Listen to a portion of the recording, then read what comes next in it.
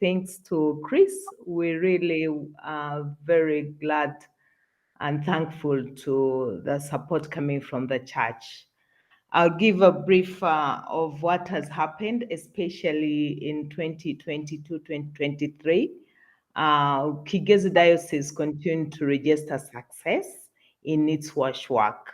And mostly in one strand is in the area of software building, creating awareness and training about WASH. They've been able to sensitize communities about the importance of usage of clean water and enabling them create awareness of them using the available water facilities in a sustainable manner. They were able to train over 5,000 community members on WASH and also training them on sustainable management of water resource, so that even when she gets diocese ceases to support or leaves that area and goes to another area, the communities can continue to be able to manage the repairs that now probably come across and also other needs that are related to the water system. They're also able to train people about WASH generally, the importance of proper hygiene and the relationship between WASH and the diseases that occur in the communities. This has been through face to face, but also through radio talk shows.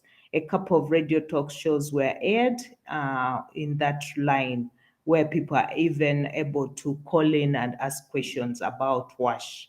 There's that integration between WASH and the church. So a lot of church leaders were brought on board through training them also on the importance of WASH so that they can continue carrying this message even during their church.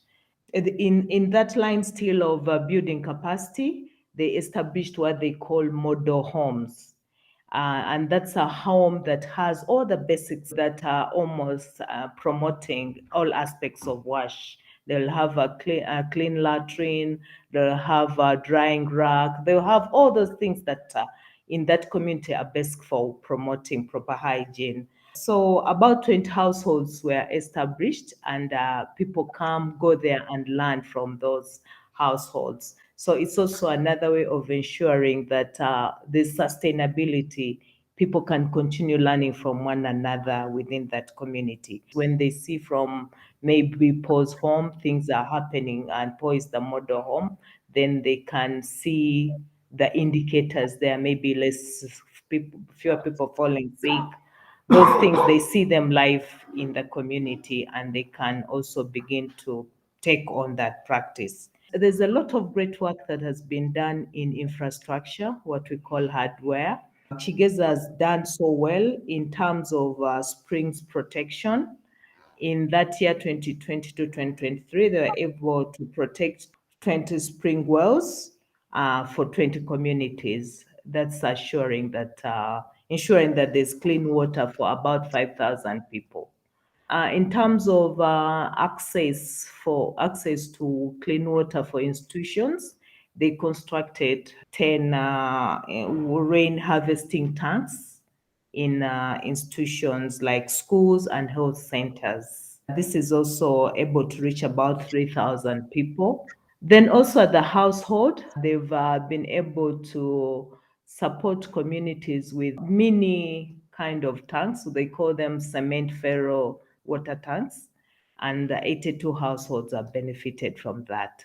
In that line also, they have been able to provide water or tap stands within the gravity flow system so that the gravity flow is done, but without the tap stands, then people cannot access. So over 100 of those have been put in place. But what is also interesting in this is that they've trained local artisans, meaning the skill is remaining with those communities where they work, so that even when they move to another area, those local artisans can be able to continue. They're also doing tree planting. They have been selective in the kind of trees. They are picking the trees that are relevant to that area, and they've planted more than 1,000 trees Their involvement with the youth is also profound. They've been supporting youth groups to grow trees, but also the income generating activities that are environmentally friendly. Some groups are into tree planting, others are in apiary, beekeeping, and others have also started savings and credit so as to sustain themselves as young people. Generally, I think Kigeza has been doing really well in all aspects in sensitizing communities on WASH and also in making sure that the infrastructure that they need to be able to live a WASH friendly and sensitive way are available. And what is coming in 2023, 24, and 24, 2024, 2025 is basically still continuing to integrate the environmental aspects, the church and community mobilization process into the watch sector. And the watch sector still strongly has elements of gravity water flow scheme and providing the water points along the line. It has elements of uh, community tanks and household water tanks, but those household water tanks uh, are targeted towards uh, older people, and then people with disabilities, and then the extremely poor people. I'm also happy to report that the Diocese of Kigezi has been able to integrate WASH into the church and community mobilization process, which is an empowering approach where communities analyze their current situation. They now develop the action plans on how they want to address those issues.